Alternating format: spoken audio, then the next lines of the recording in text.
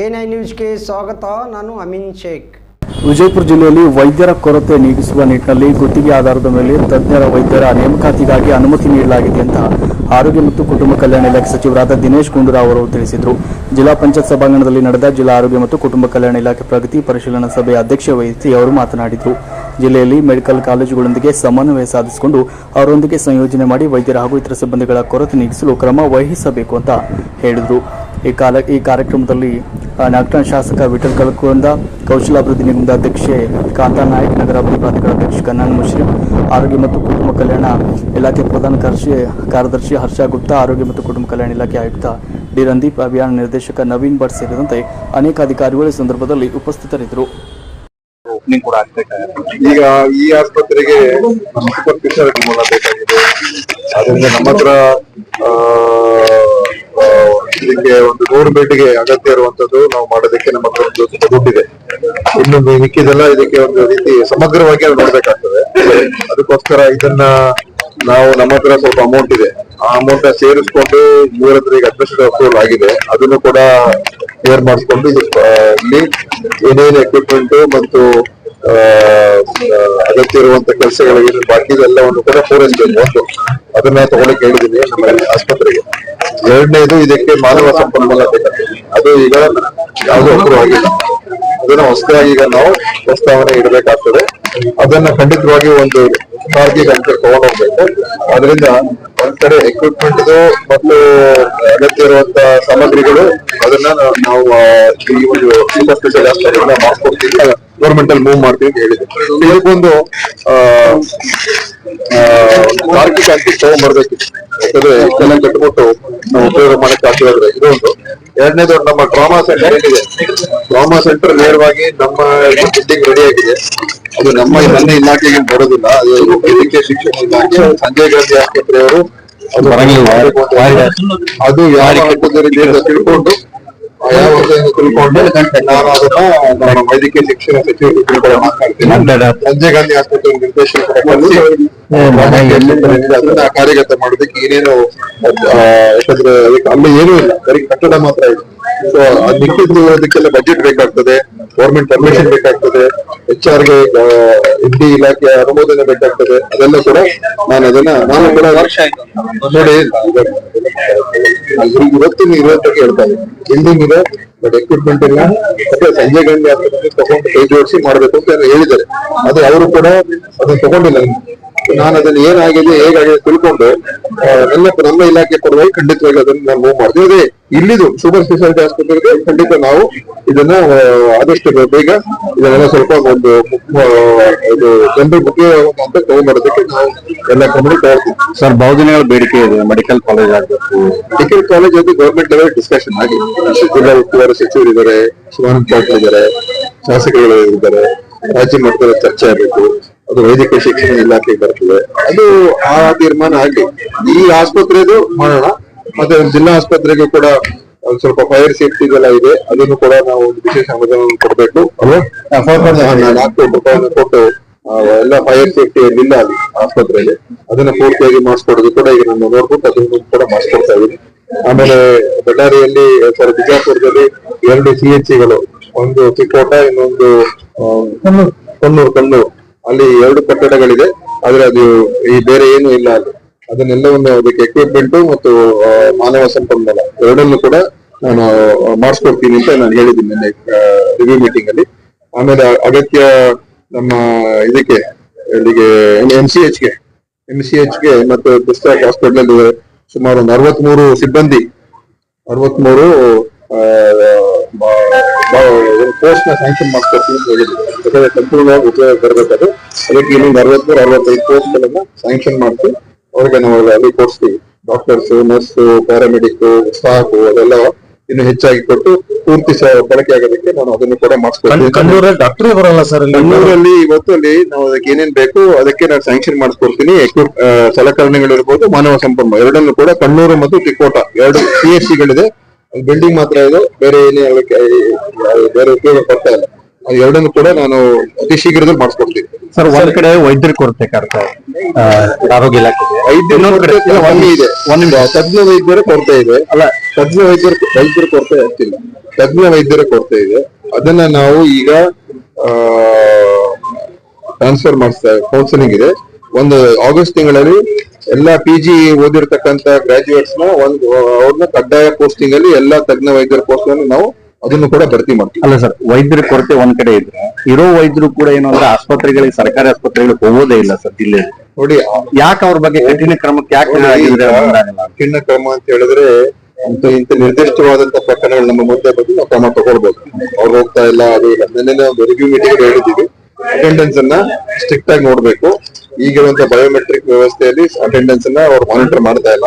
ಅದಕ್ಕೆ ಅದನ್ನ ಮಾನಿಟರ್ ಮಾಡುವಂತದಕ್ಕೆ ಮತ್ತೆ ಯಾರು ಹಾಜರಾಗೋದಿಲ್ಲ, ವೈದ್ಯರೇ ಇರ್ಬೋದು, ಬೇರೆ ಯಾರೇ ಇರ್ಬೋದು, ಅವ್ರ ಮೇಲೆ ನಾವು ಏನಾದ್ರೂ ಅಟೆಂಡೆನ್ಸ್ ಕಮ್ಮಿ ಇರೋರಿಗೆ ಏನಾದ್ರೂ ಕ್ರಮಗಳಾಗ್ಬೇಕು ಅಲ್ವಾ. ಅದನ್ನ ಮಾಡ್ತಕ್ಕಂಥದಕ್ಕೆ ನೀವು ಮಾಡ್ಬೇಕು ಅಂತ ಹೇಳಿದೀವಿ. ಅದು ಅವರ ಒಂದು ಸಂಬಳ ಕಡಿತ ಮಾಡೋದು, ಅದು ಅದನ್ನು ಕೂಡ ಸರಿ ಹೋಗೋದು, ಮುಂದೆ ಶಿಸ್ತು ಕ್ರಮ ತಗೊಳ್ಳೋದು, ಎಲ್ಲವನ್ನು ಕೂಡ ಮಾಡೋದಕ್ಕೆ ನಮಗೆ ಆದೇಶ ಕೊಟ್ಟಿದ್ದೀವಿ. ಸರ್, ಈಗ ಪೊಲಿಟಿಕಲ್ ಆಗಿ ಇವತ್ತಿನ ದಿನದಲ್ಲಿ CM ಬದಲಾವಣೆ ಕುರಿತು ಚರ್ಚೆ ಎಷ್ಟು ಪ್ರಸ್ತುತ? ಯಾವ ಬದಲಾವಣೆ ಪ್ರಶ್ನೆ ಇಲ್ಲ, ಯಾವ ಚರ್ಚೆನೂ ಕೂಡ ಇಲ್ಲ. ಅಲ್ಲ, ಅವರು ನೇರವಾಗಿ ಹೇಳ್ಕೋಬಹುದು. ಅವರು ನಾವ್ ಹೇಳ್ತಾ ನಮ್ಮ ಇದು ಕಾಂಗ್ರೆಸ್ನೇ ವಿಚಾರ, ಕಾಂಗ್ರೆಸ್ ಪಕ್ಷದ ವಿಚಾರ. ಬೇರೆಯವ್ರು ಮಾತಾಡಿದ್ರೆ ನಾವು ಅದಕ್ಕೆಲ್ಲ ಏನ್ ಹೇಳಕ್ಕಾಗಲ್ಲ. ಅಲ್ಲ, ಅಂದ್ರೆ 2.5 ವರ್ಷ ಅಂತ ಆಗಿದ್ದೀನಿ. ಅದೆಲ್ಲ ಯಾರು ಹೇಳಿದ್ರು?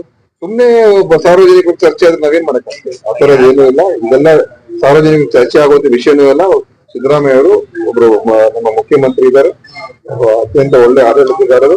ಅವ್ರು ಇದ್ದಾಗ ಇನ್ನೊಬ್ರು ಮುಖ್ಯಮಂತ್ರಿ ಬಗ್ಗೆ ಮಾತಾಡೋದು ಅದು ಎಷ್ಟು ಮಟ್ಟಿಗೆ ಸರಿ? DKC ವರ್ಸಸ್ ಸಿದ್ದರಾಮಯ್ಯ ಸ್ಟಾರ್ಟ್ ಆಯ್ತಾ ನೋಡಿ, ಆತರ ಇದೆಲ್ಲ ಎಷ್ಟರ ಅಂತ ಇದಕ್ಕೆ ಉತ್ತರ ಕೊಡ್ಬೇಕು. ಆಗಿದ್ದ ದಿವಸದಿಂದ ಹೇಳ್ತಾ ಇದ್ದಾರೆ. ನಾವ್ ಹೇಳೋದು ಇಷ್ಟೇ, ಆತರ ತೀರ್ಮಾನ ಆಗ್ಬೇಕು ಅಂತ ಬಂದಾಗ ಸನ್ನಿವೇಶ ಅವಾಗ ನೋಡ್ಕೊಳ್ಳೋದು. ಸರ್, ಈಗ ಸ್ವಾಮೀಜಿ ಅವ್ರ ಮಾತಿಂದ ಬಣ ರಾಜಕೀಯ ಸ್ಟಾರ್ಟ್ ಆಯ್ತಾ ಕಾಂಗ್ರೆಸ್ ಅಲ್ಲಿ? ಅವರ ಅಭಿಪ್ರಾಯಗಳಷ್ಟೇ. ಯಾರು ಸಾರ್ವಜನಿಕರು ಇರ್ಬೋದು, ಸ್ವಾಮೀಜಿಗಳು ಇರ್ಬೋದು, ಇನ್ಯಾರೇ ಇರ್ಬೋದು, ಅವ್ರು ಏನಾದ್ರು ಹೇಳ್ಕೊಳ್ಳಿ. ಆದ್ರೆ ಅದು ಇವತ್ತಿನ ಪರಿಸ್ಥಿತಿಗೆ ಅದು ಸಂಪೂರ್ಣವಾಗಿ ಅಪ್ರಸ್ತುತ. ಸರ್, KN ರಾಜಣ್ಣ ಅವ್ರು ಹೇಳಿದ್ರೆ 5 ವರ್ಷ ಅಲ್ಲ 10 ವರ್ಷ ಕೂಡ ಸಿದ್ದರಾಮಯ್ಯ ಅವರೇ ಮುಂದಿಸಿ. ಅವ್ರ ಅಭಿಪ್ರಾಯ ಇದು. ಅವ್ರ ಅಭಿಮಾನಿಯವರು, ನಾವೇನ್ ಮಾಡಕ್ಕಾಗಲ್ಲ. ಅವ್ರ ಅಭಿಮಾನಿಯವರು, ನಾವೇನ್ ಮಾಡಕ್ಕಾಗ್ತದೆ? ಅಂದ್ರೆ ಯಾವ್ದೇ ಚೇಂಜಸ್ ಇಲ್ಲ ಅಂತೀರಿ ಸರ್ 5 ವರ್ಷ ಅವರು ಸಿದ್ದರಾಮಯ್ಯ CM ಇದ್ದಾಗ ಯಾಕೆ ಚೇಂಜಸ್ ಬಗ್ಗೆ ಯಾಕೆ ಮಾತಾಡ್ಬೇಕು? ಏನು ಅವ್ರೇನು ಸಿದ್ದರಾಮಯ್ಯ ಅವರು ಸರಿಯಾಗಿ ಕೆಲಸ ಮಾಡ್ತಾ ಇಲ್ವಾ? ಅಥವಾ ಅವ್ರಿಗೇನು ವಯಸ್ಸಾಗ್ಬಿಟ್ಟಿದ್ಯಾ? ಅಥವಾ ಆರೋಗ್ಯ ಕೆಟ್ಟೋಗಿದ್ಯಾ? ಜನಪ್ರಿಯತೆ ಕಮ್ಮಿ ಆಗ್ಬಿಟ್ಟಿದ್ಯಾ? ಸುಮ್ಮನೆ ಯಾಕೆ ಮಾತಾಡ್ಬೇಕಿದು? ನೋಡಿ, ಯಾರೊಬ್ರು ಮಾತಾಡ್ ನಾವು ನಿಯಂತ್ರಣ ಮಾಡಕ್ಕಾಗ್ತದ?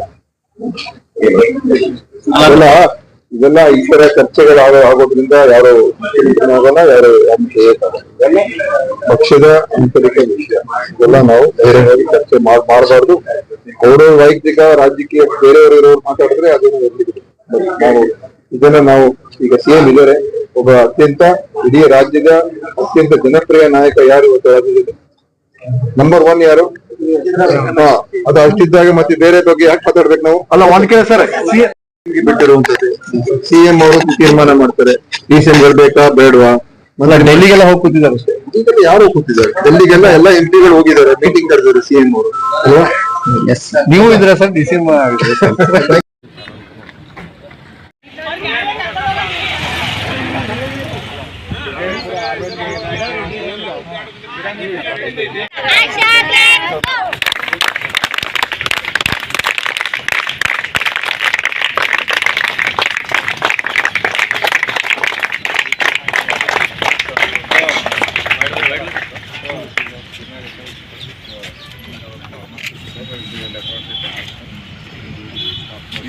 ಇದೇ PHC ಅರ್ಬನ್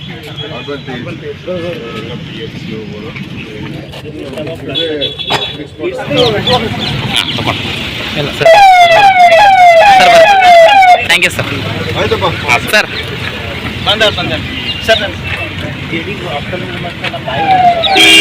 ಹೋಗಿ ಮುಂದೆ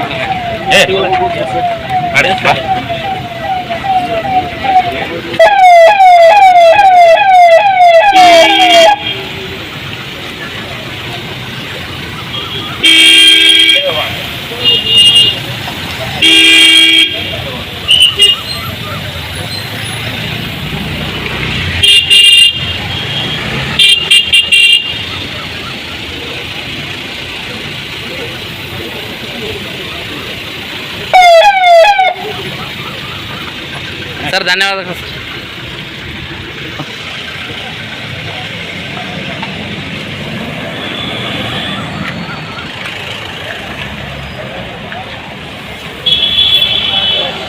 ಬರ್ರಿ ಮಾಮು.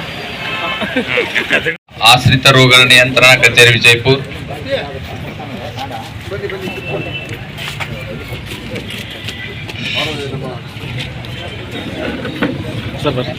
ಸರ್ ಅದೇ ರೀತಿ ಉಳಿದೆಲ್ಲವರಿಗೂ ಹುಬ್ಬುಚ್ಚಿಯನ್ನು ಕೊಟ್ಟು ವೇದಿಕೆಗೆ ಎಲ್ಲರಿಗೂ ಜಿಲ್ಲಾ ಕುಟುಂಬ ಕಲ್ಯಾಣ ಪರವಾಗಿ ತುಂಬ ಹೃದಯದ MD NHM ಸಾಹೇಬ್ರವರಿಗೂ ಜಿಲ್ಲಾ ಶಸ್ತ್ರಚಿಕಿತ್ಸಾ ಅಧಿಕಾರಿಗಳು ಹುಬ್ಬುಚ್ಚಿಯನ್ನು ಕೊಡಬೇಕು.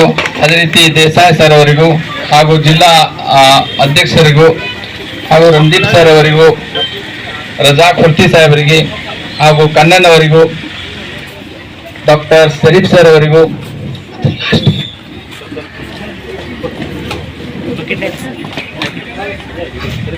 ಈಗ ಕಾರ್ಯಕ್ರಮದ ಉದ್ಘಾಟನೆ ಮಾನ್ಯ ಸಚಿವರು, ಆರೋಗ್ಯ ಮತ್ತು ಕುಟುಂಬ ಕಲ್ಯಾಣ ಇಲಾಖೆ, ಜೋರಾದ ಚಪ್ಪಾಳೆ ಆಶಾ ಕಾರ್ಯಕರ್ತೆಯರಿಂದ ಹಾಗೂ ಕಾರ್ಯಕ್ರಮದ ಉದ್ಘಾಟನೆ ಮಾನ್ಯ ಆರೋಗ್ಯ ಮತ್ತು ಕುಟುಂಬ ಕಲ್ಯಾಣ ಸಚಿವರಿಂದ.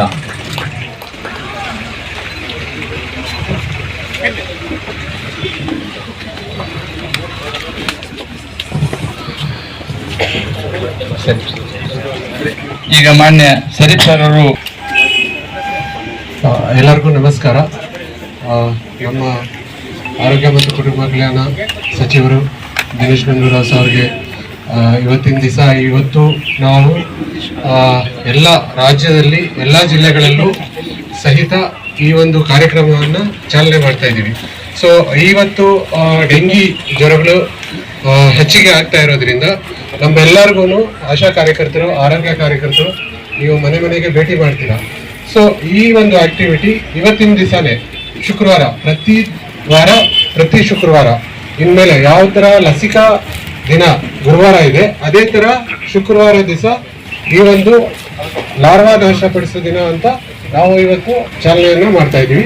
ಸೊ ಎಲ್ಲ ಜಿಲ್ಲೆಗಳಲ್ಲೂ ನಮ್ಮಲ್ಲಿ ಕರ್ನಾಟಕದಲ್ಲಿ ಇವತ್ತು ಈ ಒಂದು ಚಾಲನೆಯನ್ನು ನಾವು ನೀಡ್ತಾ ಇದ್ದೀವಿ. ಪೋಸ್ಟರ್ ರಿಲೀಸ್ ಮುಖಾಂತರ ಮಾಡ್ತಾ ಇದ್ದೀವಿ. ಮತ್ತೆ ಈ ಒಂದು ಕಾರ್ಯಕ್ರಮದಿಂದ ನಮಗೆ ಅನುಕೂಲ ಆಗಲಿದೆ. ಡೆಂಗಿ ಜ್ವರಗಳು ಹೆಚ್ಚಿಗೆ ಆಗ್ತಾ ಇರೋದ್ರಿಂದ ನಿಮ್ಗೆಲ್ಲರಿಗೂ ಗೊತ್ತಿದೆ, ಜೂನ್, ಜುಲೈ, ಆಗಸ್ಟ್ ತಿಂಗಳಲ್ಲಿ ಮಳೆ ಸ್ಟಾರ್ಟ್ ಆಗುತ್ತೆ. ಹಾಗಾಗಿ ಈ ಒಂದು ಕಾಯಿಲೆ ಹೆಚ್ಚಿಗೆ ಆಗುತ್ತೆ. ಸೊ ಈ ಒಂದು ಕಾರ್ಯಕ್ರಮ ಮಾಡೋದ್ರಿಂದ ನಾವು ಡೆಂಗಿ ಜ್ವರನ ತಪ್ಪಿಸ್ಬೋದು, ಅದರಿಂದ ಆಗುವಂತಹದ್ದು ಮರಣಗಳನ್ನ ತಪ್ಪಿಸ್ಬೋದು. ಸೊ ಇವತ್ತು ಇಷ್ಟು ಈ ಕಾರ್ಯಕ್ರಮದ ಮುಖ್ಯಾಂಶ ಹೇಳ್ತಾ ನಾನು ನನ್ನ ಮಾತನ್ನು ಮುಗಿಸ್ತೀನಿ. Thank you. ಶರೀಫ್ ಸರ್ ಅವರಿಗೆ ಧನ್ಯವಾದಗಳು. ಈಗ ಆರೋಗ್ಯ ಕ್ರಮಗಳ ಉದ್ಘಾಟನೆ, ಪೋಸ್ಟರ್ಗಳ ಒಂದು ಬಿಡುಗಡೆ ಮಾಡಬೇಕಾಗುತ್ತೆ. ಅಲ್ಲಿದು ಸರಿ ಅಂತ ಹೇಳಿ ಬ್ಲೂಟೂತ್ ಫೋನ್ ಆಗತ್ತಿಲ್ಲ ಸ್ವಲ್ಪ ಹಿಂದಿನ ಸರಿ ಅಂತ ಹೇಳಿ. ಓ ಶಗುಪ್ತಾ, ಪ್ರಿಯಾಂಕಾ ಸ್ವಲ್ಪ ಹೋಳ ಆಗತ್ತೆ ಹೇಳ್ರಲ್ಲ, ಸ್ವಲ್ಪ ಸೈಡ್ ಆರಿ ಹಂಗೆ ಜೋರಾದ ಚಪ್ಪಾಳೆ. ಅಣ್ಣ ಸ್ವಲ್ಪ ಸರ್ರಿ ಸೈಡ್ ಆರಿ.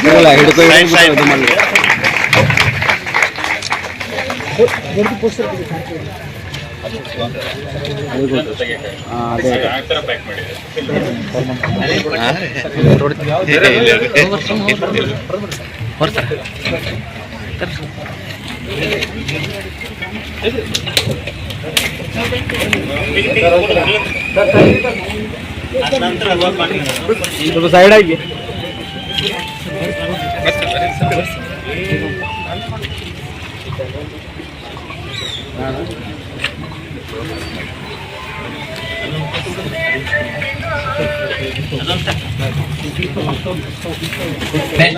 ಅವರು ಸಾರ್ವಜನಿಕರಿಗೆ ಸಭಾ ಲೋಗಾವಿ ವೇದಿಕೆಗೆ ಬರಬೇಕು. ಅದೇ ರೀತಿ ಭೋಸ್ಲೆ, ಸುಮೀರ್ ವಜ್ರತ್, ಲಕ್ಷ್ಮೀ ವಜ್ರತ್, रहमत भी मकानदार सार्वजनिक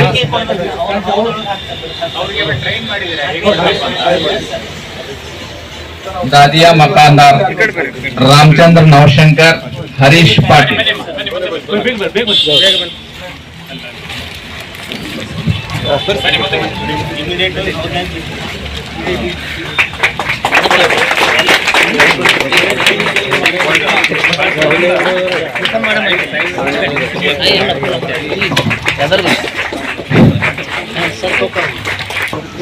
ಮಾತನಾಡಬೇಕಾಗಿ ವಿನಂತಿ.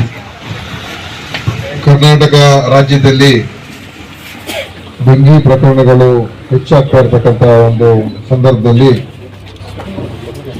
ಎಲ್ಲಾ ರೀತಿಯ ಮುನ್ನೆಚ್ಚರಿಕೆ ಕ್ರಮಗಳನ್ನು ತಗೊಳ್ತಕ್ಕಂಥದ್ದನ್ನ ಮಾಡೋದಕ್ಕೆ ನಮ್ಮ ಇಲಾಖೆ ಕಾರ್ಯಕ್ರಮವನ್ನು ರೂಪಿಸಿ ಇದನ್ನ ಬಹಳ ವ್ಯಾಪಕವಾಗಿ ಎಲ್ಲ ಕಡೆ ನಮ್ಮ ಇಲಾಖೆಯ ಸಿಬ್ಬಂದಿಯವರು, ಇಲಾಖೆಯ ಎಲ್ಲ ಆರೋಗ್ಯ ಕಾರ್ಯಕರ್ತರು, ಆಶಾ ಕಾರ್ಯಕರ್ತರು ಮತ್ತು ಬೇರೆ ಬೇರೆ ಸ್ವಯಂ ಸೇವಕ ಸಂಘಗಳು ಎಲ್ಲರನ್ನು ಕೂಡ ಸೇರಿಸಿಕೊಂಡು ಪ್ರತಿಯೊಂದು ಮನೆಗೂ ಕೂಡ ಭೇಟಿ ಕೊಟ್ಟು ಈ ಡೆಂಗಿ ಜ್ವರದ ಏನು ಆ ವಿಚಾರದ ಬಗ್ಗೆ ಎಲ್ಲ ಗ್ರಾಹಕರಿಗೆ, ನಮ್ಮ ಜನರಿಗೆ ತಿಳುವಳಿಕೆ ನೀಡಿ ಹೇಗೆ ಏಡಿಸ್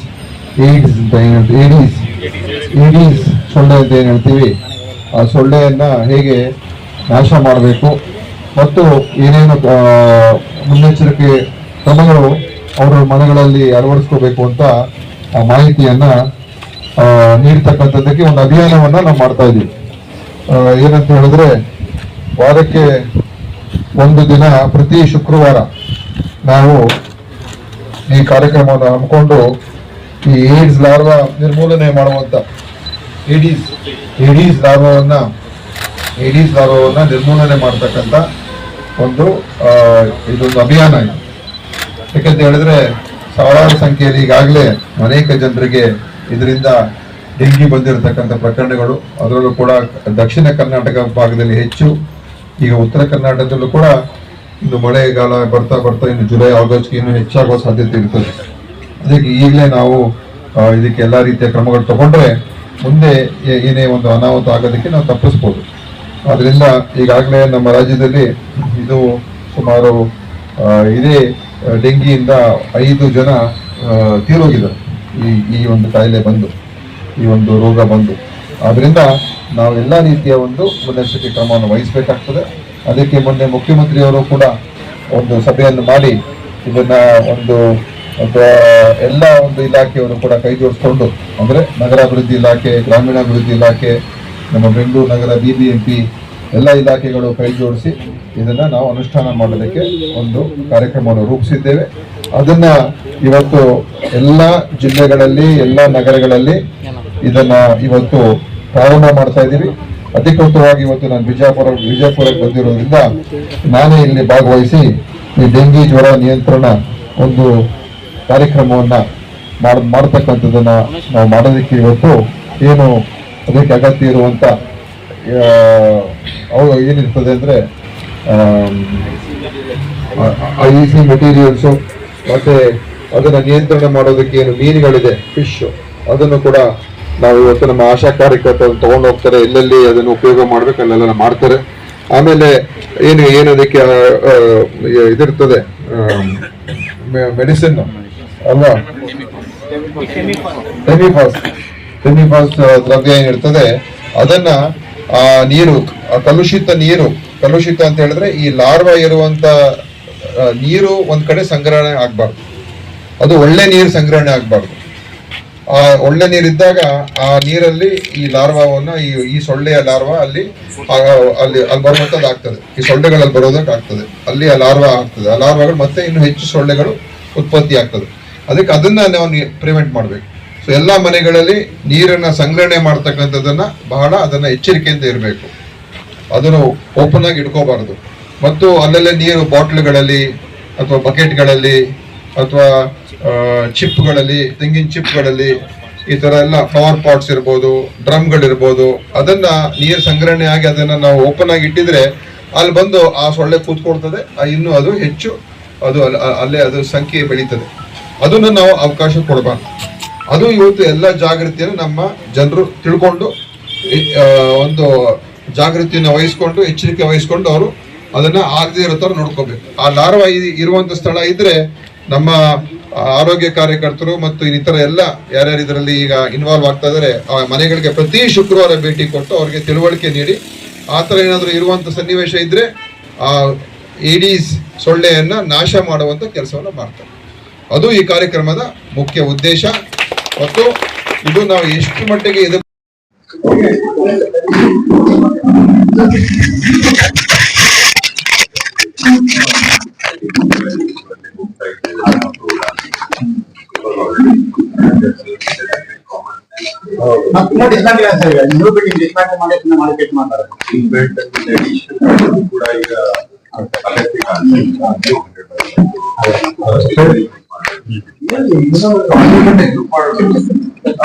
HR ಪೋರ್ಷನ್ ಏನ್ ಮಾಡಬೇಕು ಅಂತ ಡಿಸ್ಕಷನ್. HR ಪೋರ್ಷನ್ ಏನ್ ಮಾಡಬೇಕು ಅಲ್ವಾ? ನೀವು ನಿಮ್ಮ ಹತ್ರ HR ಇದೆ.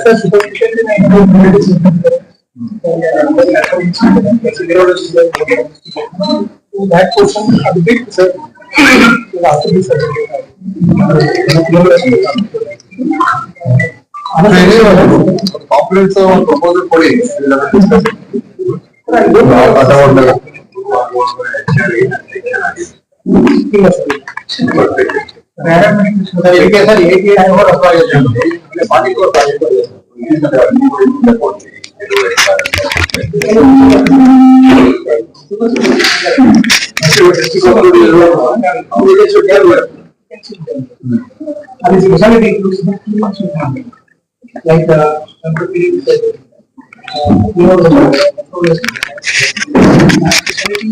ಫೆಸಿಲಿಟಿ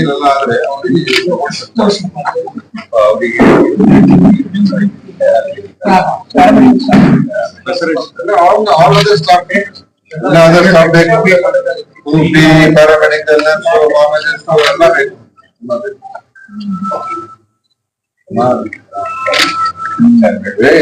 ಅದೇ ಯೂನಿಟಿ ಎಲ್ಲ ವರ್ಕೌಟ್ ಮಾಡಿ ಟೋಟಲ್ ಸ್ಟಾಕ್ ಎಷ್ಟು ಬೇಕು ಏನ್ ಬೇಕು ಅಂತೆಲ್ಲ ಹೇಳ್ಬೋದು.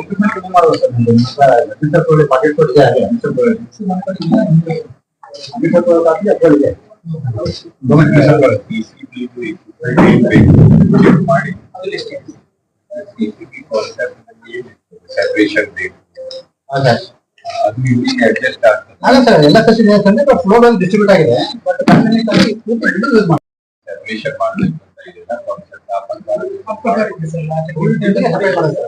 ಬಿಲ್ಡಿಂಗ್ ಸಪರೇಟ್ ಮಾಡಬೇಕು.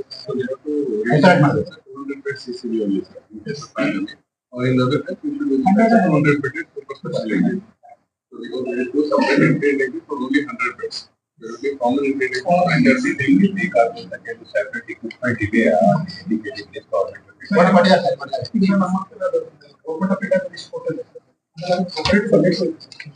multi-specialty 40 crores ತಗೊಂಡಿದ್ದಾರೆ.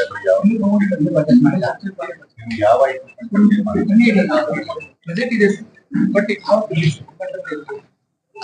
ಸೂಪರ್ ಸ್ಪೆಷಾಲಿಟಿಗೆ ಬಜೆಟ್ ಏನಪ್ಪ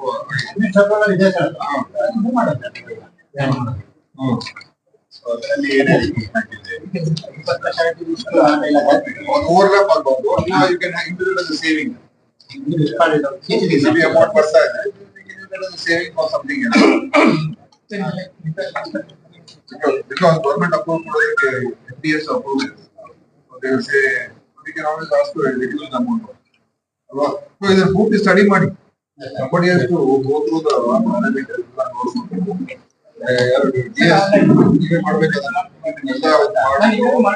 ಕಾಂಪೊನೆಂಟ್ ಏನಿದೆ, ಇವ್ರ ಕಾಂಪೊನೆಂಟ್ ಏನಿದೆ ನೀವು ಒಂದು ರಿಪೋರ್ಟ್ ಕಳಿಸಿ. ಆಯ್ತಾ? ಡಿಸಿಷನ್ ಏನ್ ಮಾಡ್ಬೇಕು ಆಮೇಲೆ ಮಾಡೋಣ. ಬಟ್ ವಾಟ್ ಆರ್ ದ ಆಕ್ಚುಯಲ್ಸ್ ಅದು ನಮ್ಗೆ ಬೇಕು.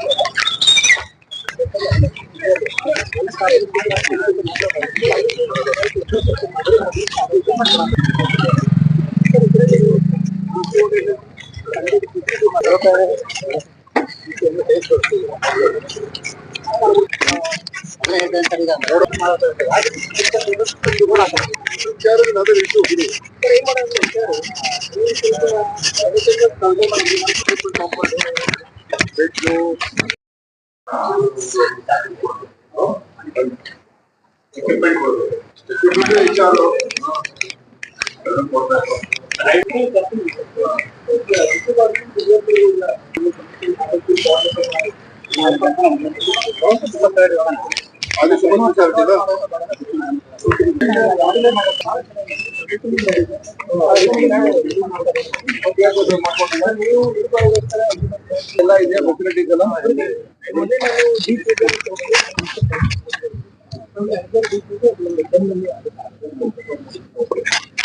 ಸಿಬ್ಬಂದಿ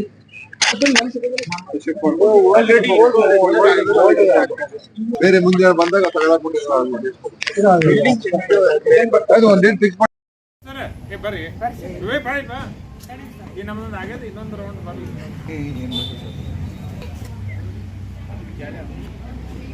ಅವರು ಇವರು ನಿಮ್ದೇ ನಿಮ್ದ್ರಿ ಭಾಗವಾನ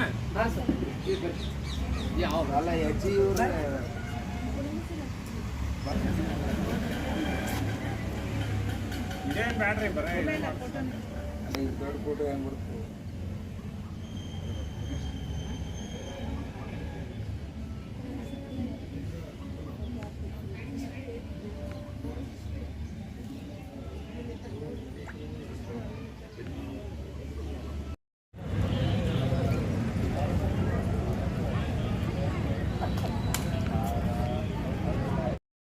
ಅವ್ರಿಲ್ಲ ಅಲ್ಲ